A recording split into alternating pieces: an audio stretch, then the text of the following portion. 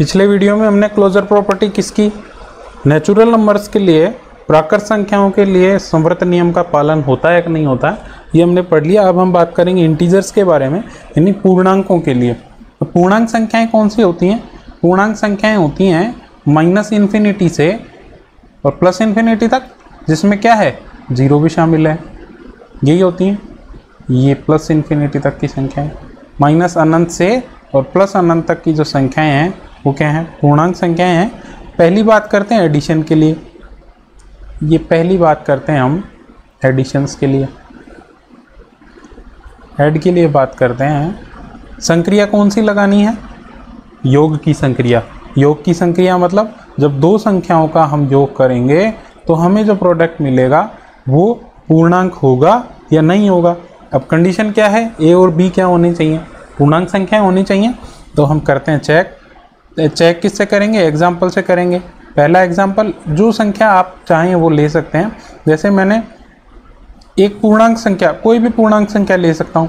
जैसे मैंने कहा -3 पूर्णांक संख्या है, अरे पूर्णांक संख्या है ए, और प्लस की संक्रिया मैंने लगाई और दूसरी वैल्यू कैसी ले ली मैंने, -2 ले ली। अब ले सकता हूँ मैं यहाँ -2 भी ले सकता हूँ, क्योंकि -2 क्या है, पूर्णांक है। तो क्या आया, प्रोडक्ट क्या मिलेगा हमें, देखो चेक करो, -3 और ये प्लस और माइनस मल्टीप्लाई होगा तो माइनस और -2, वैल्यू कितनी आई, माइनस का 5 आया, वो माइनस की 5 आ गई वैल्यू। माइनस की 5 जो वैल्यू आई ये क्या है, पूर्णांक है कि नहीं है, इंटीजर है कि नहीं है, इंटीजर है।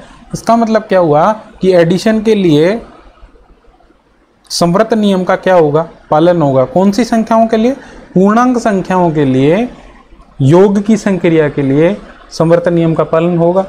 इसका मतलब मैं एक एग्जाम्पल से और बात करता हूँ। एग्जाम्पल नंबर 2 हम लेते हैं कि यदि एग्जाम्पल में ये हो, क्वेश्चन कोई भी एग्जाम्पल, यदि मैं कहूँ 5 + 6 = कितना हुआ, 11 हुआ, बिलोंग्स टू इंटीजर है क्या, यस, इंटीजर में बिलोंग कर रहा है। इसका मतलब क्या होगा कि एडिशन के लिए अगर कोई भी दो पूर्णांक संख्याओं का अगर हम योग करेंगे तो वो पक्की बात है क्या आएंगी, पूर्णांक संख्या ही आएगी।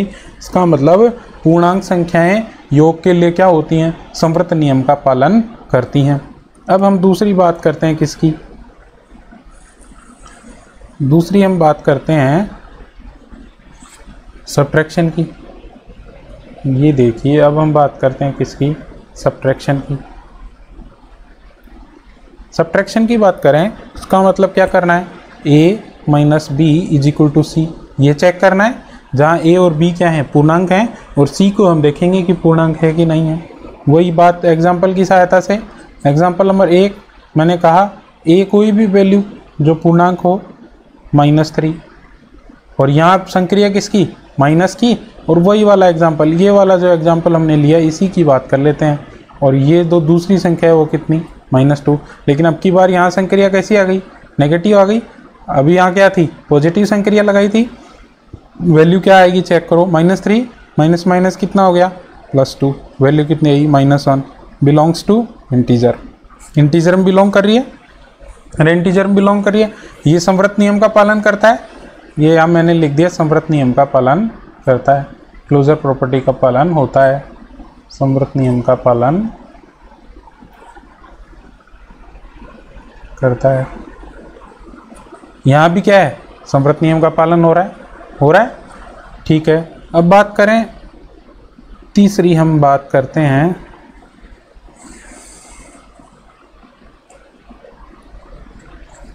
मल्टीप्लिकेशन के लिए। मल्टीप्लिकेशन के लिए बात करें तो मल्टीप्लिकेशन में क्या होगा, a × b = c, ये वाली प्रॉपर्टी चेक करनी है हमें। संक्रिया क्या लगाई हमने यहाँ, ऑपरेशन क्या लगाया, मल्टीप्लिकेशन का। एग्जाम्पल हम कोई भी ले सकते हैं, चाहे तो यही एग्जाम्पल हम ले सकते हैं, a की वैल्यू -3, संक्रिया गुणा की, और b की वैल्यू -2, ठीक है। इन दोनों को मल्टीप्लाई किया तो माइनस माइनस प्लस, और 3 × 2 6, और 6 बिलोंग्स टू इंटीजर है क्या, है। और भी एग्जाम्पल हम ले सकते हैं, मैंने कहा 6 × 3 तो क्या आया, 18 आया, बिलोंग्स टू इंटीजर है क्या, है। एक एग्जाम्पल और ले लेता हूँ, -6 × 5 -30, बिलोंग्स टू इंटीजर है क्या, बिल्कुल है। इसका मतलब मल्टीप्लिकेशन के लिए भी क्या हुआ, क्लोजर प्रॉपर्टी लागू हो गई। कौन सी संख्याओं के लिए? इंटीजर्स के लिए, यानी पूर्णांक संख्याओं के लिए। अब हम बात करें किसकी? डिवीज़न की। डिवीज़न में क्लोजर प्रॉपर्टी लागू होगी कि नहीं होगी? कौन सी संख्याओं के लिए? पूर्णांक संख्याओं के लिए। तो हम क्या चेक करेंगे? a/b = c, यही चेक करना है। तो एग्जांपल लेंगे, कोई भी एक वैल्यू हम इंटीजर ले लेते हैं, जैसे हमने कहा कि -3 / 2, ये भी इंटीजर है और ये भी इंटीजर है, दोनों इंटीजर है। अब लेकिन -3/2 इंटीजर आएगा क्या? नहीं। ये क्या है? ये रैशनल नंबर है। ये कैसा नंबर है? रैशनल नंबर है, ना कि पूर्णांक, ना कि इंटीजर। इसका मतलब ये नॉट बिलोंग्स टू क्या है? इंटीजर है। किस में बिलोंग नहीं कर रहा है? ये इंटीजर में क्या नहीं कर रहा है? बिलोंग नहीं कर रहा है। यहाँ मैंने लिखा कि नॉट बिलोंग्स टू इंटीजर, पूर्णांक संख्या नहीं आएगी। इसका मतलब डिवीज़न के लिए क्या होगा?